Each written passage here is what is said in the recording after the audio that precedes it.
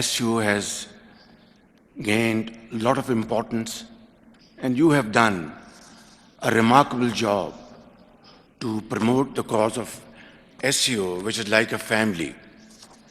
And I would like to congratulate my brother, President Ibrahim Raisi, because Iran is about to attain full membership of SCO. Excellencies, I would develop upon a very important point before I really go on to the text of my speech. As you all know, Pakistan is a neighborly country of Afghanistan. And peace in Afghanistan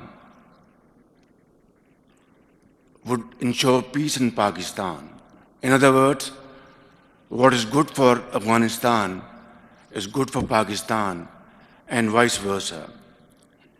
And other countries in the region will live in peace and progress and share development if we collectively decide to have real and long-term peace in the region.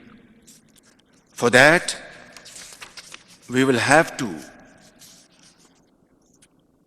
work together to support all good initiatives in Afghanistan for the good of people of Afghanistan in terms of education, health, jobs, opportunities, industry, agriculture, and all other related works for mankind.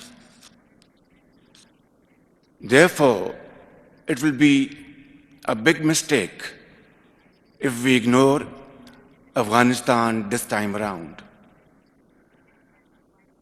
We hear all types of observations, opinions, but it is my considered opinion, my country's considered opinion, that strengthening Afghanistan in the security and counter-terrorism domain should run parallel to SCO's support to the Afghan people in the socio-economic arenas.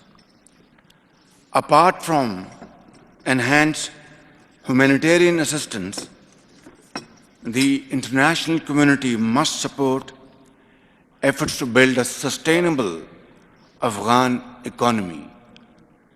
Unfreezing of Afghanistan's financial assets remains a crucial need in this regard. For their part, the Afghan authorities would do well to build a future based on inclusiveness and respect for human rights for all citizens and all categories of society, especially women and minorities, including effective steps against terrorism. Brother President, Pakistan has been a victim of terrorism itself. I don't have to go into its history, but suffice it to say that we have paid huge sacrifices to defeat the monster of terrorism.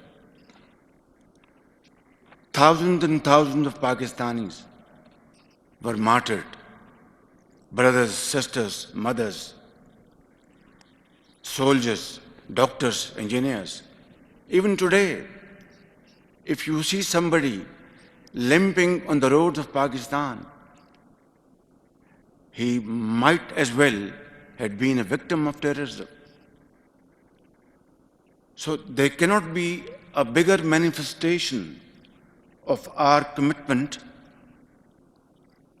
our dedication to fight this menace collectively, and I would certainly urge honorable members of SCO to join hand together and fight this menace of extremism, separatism, and terrorism and wipe it out from the face of the earth. Excellencies, I am coming from Pakistan, where floods have devastated ordinary life over there. Millions of people have been displaced. 1,400 people have been killed, including 400 children. And million houses have been partially or completely damaged. I've been in public life for the last 40 years. I have never seen with my eyes this kind of terrible devastation. It is catastrophic, of proportions unknown to the people of Pakistan, and of course, by extension, to the entire world. We are very grateful to honorable members sitting on this table who have come to our help at this time of dire need, when millions of people are living under open skies, stagnant water is giving rise to waterborne diseases, children getting malaria and diarrhea, temperature, all kinds of diseases have hit millions of Pakistanis in those marooned areas. Great faces sitting on this table, which I know personally, have been extremely kind to the people of Pakistan generally and to the affected people especially, for extending their support, valuable support at this time of need. But the question at issue is that while I count the damages inflicted upon us, like standing crops over hundreds and thousands of acres, all washed away. Livestock, 1 million livestock, all gone. And I'm not going to pitch any figure for the purpose of letting you know what is the quantum of economic loss, but it definitely runs into billions of dollars as I speak. By the grace of God and with Allah's help and your support, we will fight it out, inshallah, and we will be over the hump soon, one day soon. But the question at issue is that while the President, my brother Shafqat, has spoken about climate change, these devastating floods in Pakistan are most definitely climate change induced. It is a result of climate change. Cloud outbursts, unprecedented rains, combined with hill torrents coming down, all this put together made Pakistan look like sea of water in all the 4 corners of Pakistan. We are going to stand on our own feet.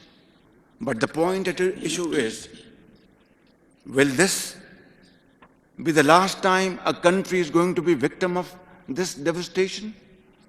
Or, God forbid, others will also become victim of this tragedy. That is the point at issue. And this is where I would appeal to all of you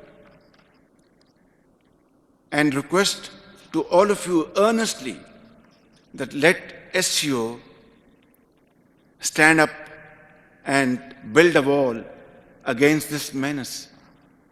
But that can be done only through a well thought out plan, a plan which is sustainable through structures and through programs over a span of time. Because today, this injustice has befallen upon us. Our carbon emission is less than 1%. Yet, nature, destiny had this in store for us. But I think I want to be very honest and straight and very humbly request that let's at this forum make a plan to save our future generations. Excellencies,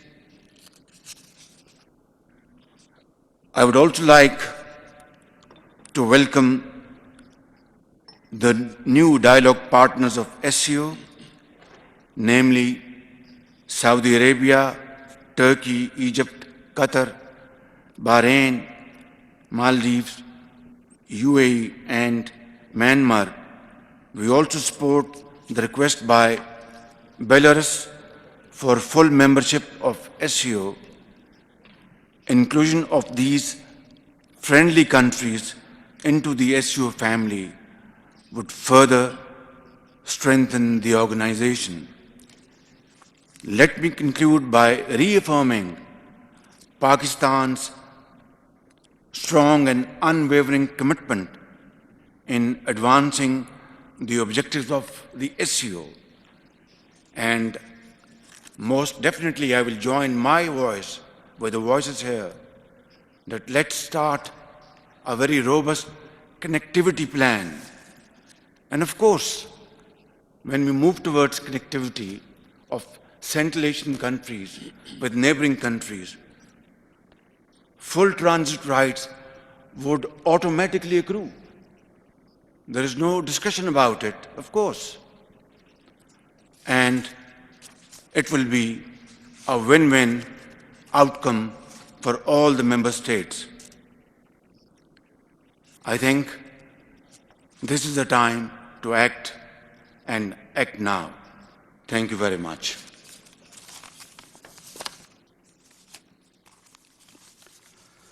Спасибо, уважаемый. Вазир-e-Azam